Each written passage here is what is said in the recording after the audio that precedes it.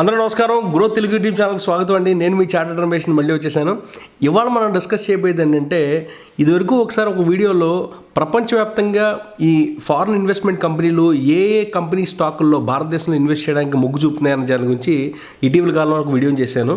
అలాగే మన భారతదేశంలో ఉన్న మ్యూచువల్ ఫండ్ కంపెనీలు కూడా కొన్ని స్టాక్స్ మీద మొగ్గు చూపుతున్నాయండి. ఆ స్టాక్స్ ఏంటి, వాటి గురించి పూర్తిగా విశ్లేషిద్దామని చెప్పి ఈ వీడియో మీ ముందర తీసుకొచ్చాను. అంతకంటే ముందర ఒకవేళ మీరు కనుక మా ఈ గ్రోత్ తెలుగు యూట్యూబ్ ఛానల్ ఇంకా సబ్స్క్రైబ్ చేయకపోతే వెంటనే సబ్స్క్రైబ్ చేసుకోండి. ఇలాంటి ఎన్నో అద్భుతమైన కంటెంట్ మీ దగ్గరికి తీసుకొస్తూనే ఉంటాం.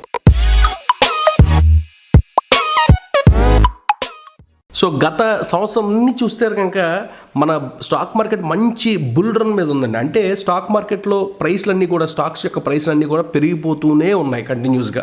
సో ఇలాంటి పరిస్థితుల్లో ఈ మ్యూచువల్ ఫండ్ కంపెనీలు, ఎస్పెషల్గా భారతదేశంలో ఉన్న మ్యూచువల్ ఫండ్ కంపెనీలు ఏ కంపెనీల్లో ఇన్వెస్ట్ చేశారు అన్న దాని గురించి క్లియర్గా తెలుసుకోవడం కోసం చెప్పి ఈ వీడియో చేస్తున్నాను.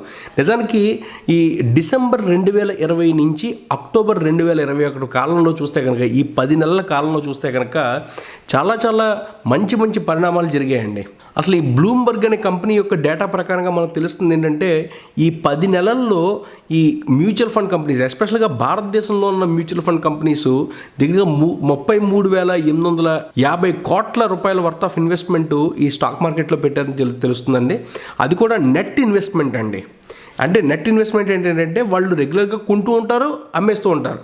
అలాంటి పరిణామాల్లో వీళ్ళు మొత్తం ఇప్పటిదాకా ఇన్వెస్ట్ చేసిన మొత్తం ఎంతని చూస్తే కనుక 33,852 కోట్లు.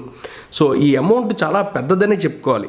అసలు ఈ డబ్బంతా ఎక్కడ ఇన్వెస్ట్ చేశారు, ఏ కంపెనీలు ఇన్వెస్ట్ చేశారు అన్న దాని గురించి ఇవాళ మనం చూద్దాం.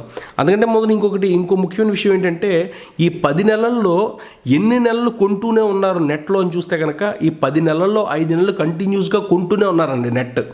అంటే ప్రతి నెలలోనూ కొంటూ ఉంటారు, అమ్ముతూ ఉంటారు. కానీ మొత్తమే చూస్తే కనుక నెట్ ఆఫ్ చేసుకుని చూస్తే కొనడం అన్నదే ఎక్కువగా ఉందని చెప్పి తెలుస్తోంది. అలాగే ఈ 10 నెలల్లో ఏ నెలలో ఎక్కువగా కొన్నారు అన్న చూస్తే కనుక, జూలై 2021లో దగ్గరగా 21,500 కోట్ల రూపాయల వర్త్ ఆఫ్ ఇన్వెస్ట్మెంట్ అన్నది, నెట్ పర్చేజ్ అన్నది జరిగిందని చెప్పి తెలుస్తుంది మనకి. సో ఇవాళ మనం డిస్కస్ చేయబోయేది ఏంటంటే, ఈ భారతదేశంలో ఉన్న మ్యూచువల్ ఫండ్ కంపెనీలు ఏ 5 మంచి స్టాక్స్లో ఎక్కువగా వాళ్ళు ఇన్వెస్ట్ చేశారు. అది కూడా వీళ్ళు ఇన్వెస్ట్ చేసిన కంపెనీలన్నీ కూడా BSE 200 కంపెనీలే. సో ఈ కంపెనీల గురించి స్పెసిఫిక్గా పికప్ చేసుకుని నేను ఇవాళ మీకు వీడియో చేస్తున్నాను. ఇందాక చెప్పినట్టే ఆల్రెడీ మనం ఫారిన్ ఇన్వెస్టర్స్ ఎవరైతే కనుక ఇండియన్ స్టాక్స్ మీద ఇన్వెస్ట్ చేస్తున్నారో వాళ్ళ గురించి ఒక వీడియో చేసాం. సో అదే పద్ధతిలో ఎందులో అయితే తక్కువ స్టేక్ పెట్టుకుని ఉంచుకున్నారో ఆ కంపెనీ గురించి ఫస్ట్ చెప్తాను. ఎందులో అయితే కనుక ఎక్కువ స్టేక్ పెట్టుకుని ఉంచుకుంటున్నారో దాని గురించి లాస్ట్లో చెప్తానండి నేను. సో ఇందులో ఈ లిస్ట్లో ఉన్న ఫస్ట్ కంపెనీ, అంటే ర్యాంక్ 5లో ఉన్న కంపెనీ ఏంటని చూస్తే కనుక, శ్రీరామ్ ట్రాన్స్పోర్ట్ ఫైనాన్స్ కంపెనీ అండి. నిజానికి వీళ్ళు వ్యాపారం ఏం చేస్తున్నారని చూస్తే కనుక, అప్పులు ఇవ్వడంలో ఉన్నారు. కాకపోతే స్పెసిఫిక్గా ఈ కమర్షియల్ వెహికల్స్ ఏవైతే ఉంటాయో, అంటే రవాణాకి యూజ్ చేసే వాహనాలు ఏవైతే ఉంటాయో వాటి కోసం మాత్రమే ఫైనాన్స్ చేసే కంపెనీ అనమాట ఇది.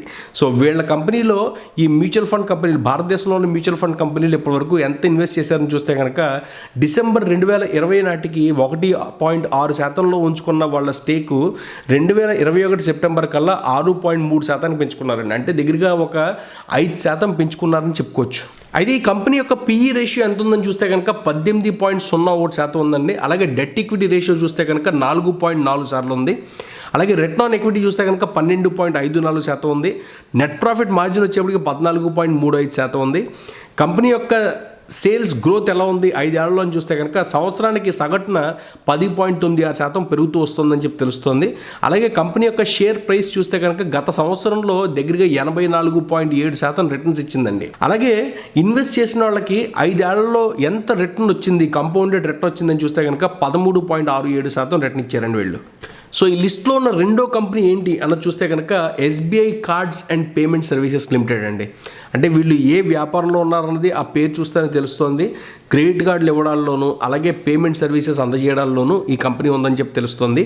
ఈ కంపెనీలో ప్రస్తుతానికి మన భారతదేశంలో ఉన్న మ్యూచువల్ ఫండ్ కంపెనీస్ డిసెంబర్ 2020 కల్లా 2.9% ఉంచుకున్న వాళ్ళు 2021 సెప్టెంబర్ కల్లా 6.7% పెంచుకున్నారండి. అంటే దగ్గరగా ఒక 4% వరకు పెంచుకున్నారని చెప్పి మనకు అర్థమవుతుంది ఇక్కడ. సో ఈ కంపెనీ యొక్క PE రేషియో ఎట్లా ఉందని చూస్తే కనుక 98.17 సార్లు ఉంది. అలాగే డెట్ ఈక్విటీ రేషియో చూస్తే కనుక 2.72 సార్లు ఉంది. కంపెనీ యొక్క రిటర్న్ ఆన్ ఈక్విటీ చూస్తే కనుక 16.92 సార్లు ఉందండి. అలాగే నెట్ ప్రాఫిట్ మార్జిన్ వచ్చేప్పటికి 10.59% ఉంది. అలాగే సేల్స్ చూస్తే కనుక 5 ఏళ్లలో సంవత్సరం నుంచి సంవత్సరానికి చూసుకుంటే కనుక 31.2% పెరుగుకుంటూ వస్తుంది. అలాగే షేర్ ప్రైస్ ఎంత పెరిగింది గత సంవత్సరంలో చూస్తే కనుక దగ్గరగా 33.73% పెరిగిందండి. అలాగే ఐపీఓకి ఈ కంపెనీ 2020 మార్చిలోనే వచ్చింది. అలాంటిది ఐపీఓ నుంచి ఇప్పటి వరకు చూస్తే కనుక ఈ కంపెనీ ఇచ్చిన రిటర్న్స్ దగ్గరగా 42.11% రిటర్న్స్ ఇచ్చిందండి. సో ఇందులోనే మూడో కంపెనీ ఏంటి అన్నది చూస్తే కనుక అంటే ర్యాంక్ 3లోనే ఉంది ఇది. సో పాలీక్యాబ్ ఇండియా లిమిటెడ్ అని చెప్పి ఈ కంపెనీ బేసికల్గా కేబుల్స్లు లేకపోతే వైర్లు మ్యానుఫ్యాక్చర్ చేసే కంపెనీ అనమాట.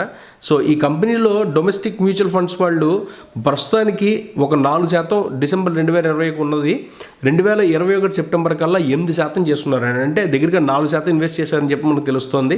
సో అలాగే ఈ కంపెనీ గురించి చూస్తే కనుక PE రేషియో చూస్తే కనుక 45.74 ఉంది. అలాగే డెట్ ఈక్విటీ రేషియో చూస్తే కనుక 0.05 ఉందండి. అంటే నిజానికి దీనికి అప్పులు చాలా తక్కువ ఉన్నాయని చెప్పుకోవచ్చు.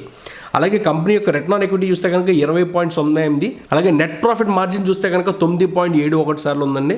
సేల్స్ ఎంత పెరిగిందని చూస్తే కనుక 5 సంవత్సరాల్లో సంవత్సరానికి 11.4% పెరుగుకుంటూ వచ్చింది. అలాగే కంపెనీ షేర్ ప్రైస్ ఎంత పెరిగింది గత సంవత్సరంలో చూస్తే కనుక 168.84% పెరిగిందండి. అలాగే ఐపీఓకి కంపెనీ నిజానికి ఏప్రిల్ 2019లోనే వచ్చింది. అప్పటి నుంచి ఇప్పటిదాకా చూస్తే కనుక ఇన్వెస్టర్కి రిటర్న్ ఎంత వచ్చిందని చూస్తే కనుక చాలా పెద్ద నంబర్ అండి. ఇది 365.43% రిటర్న్ ఇచ్చిందండి. సో ఈ లిస్ట్లో ఉన్న 4వ కంపెనీ అంటే ర్యాంక్ 2లో ఉన్న కంపెనీ ఏంటని చూస్తే కనుక SBI లైఫ్ ఇన్సూరెన్స్ కంపెనీ అండి. బేసికల్గా వీళ్ళు లైఫ్ ఇన్సూరెన్స్ వ్యాపారంలో ఉన్నారు. అలాగే ఈ కంపెనీలో మన భారతదేశంలో ఉన్న మ్యూచువల్ ఫండ్స్ డిసెంబర్ 2020 నాటికి దగ్గరగా 4.9% ఇన్వెస్ట్ చేసి ఉంచుకుంటే దాన్ని వీళ్ళు ప్రస్తుతానికి సెప్టెంబర్ 2021 కల్లా 10.9% పెంచుకెళ్లారు. అంటే దగ్గరగా 6% కొనుక్కున్నారండి వీళ్ళు. అలాగే కంపెనీ యొక్క PE రేషియో చూస్తే కనుక 93.4 సార్లు ఉంది. డెట్ ఈక్విటీ రేషియో 0, అంటే అసలు కంపెనీకి అప్పే లేదు. అలాగే కంపెనీ యొక్క రిటర్న్ ఆన్ ఈక్విటీ చూస్తే కనుక 13.57% ఉంది. అలాగే నెట్ ప్రాఫిట్ మార్జిన్ వచ్చేప్పటికి 1.59% ఉంది. అలాగే సేల్స్ చూస్తే కనుక 5 ఏళ్లలో దగ్గరగా సంవత్సరం మీద సంవత్సరానికి 33.49% పెరుగుకుంటూ వస్తుందండి.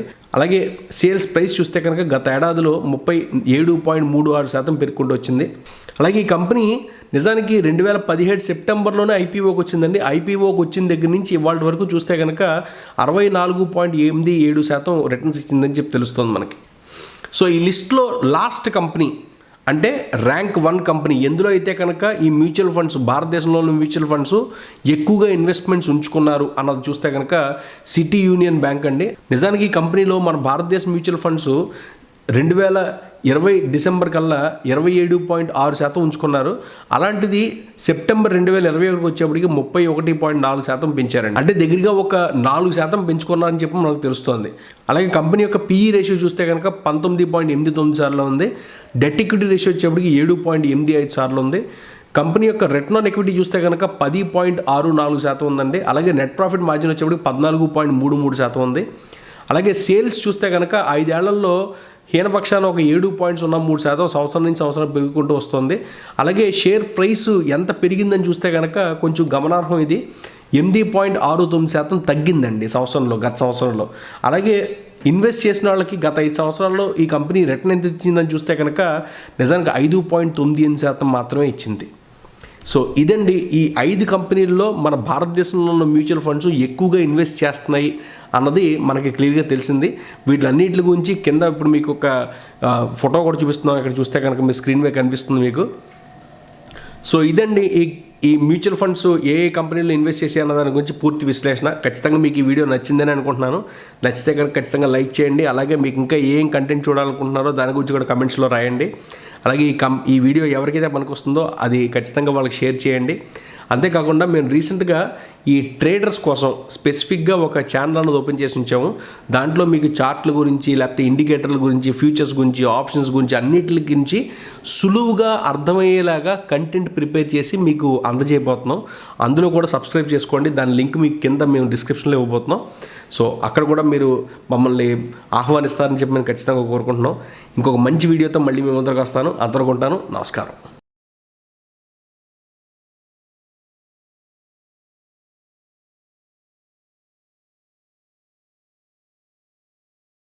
Investment in securities market are subject to market risks. Read all the related documents carefully before investing. Please read the risk disclosure documents carefully before investing in equity shares, derivatives, mutual fund, and or other instruments traded on the stock exchanges.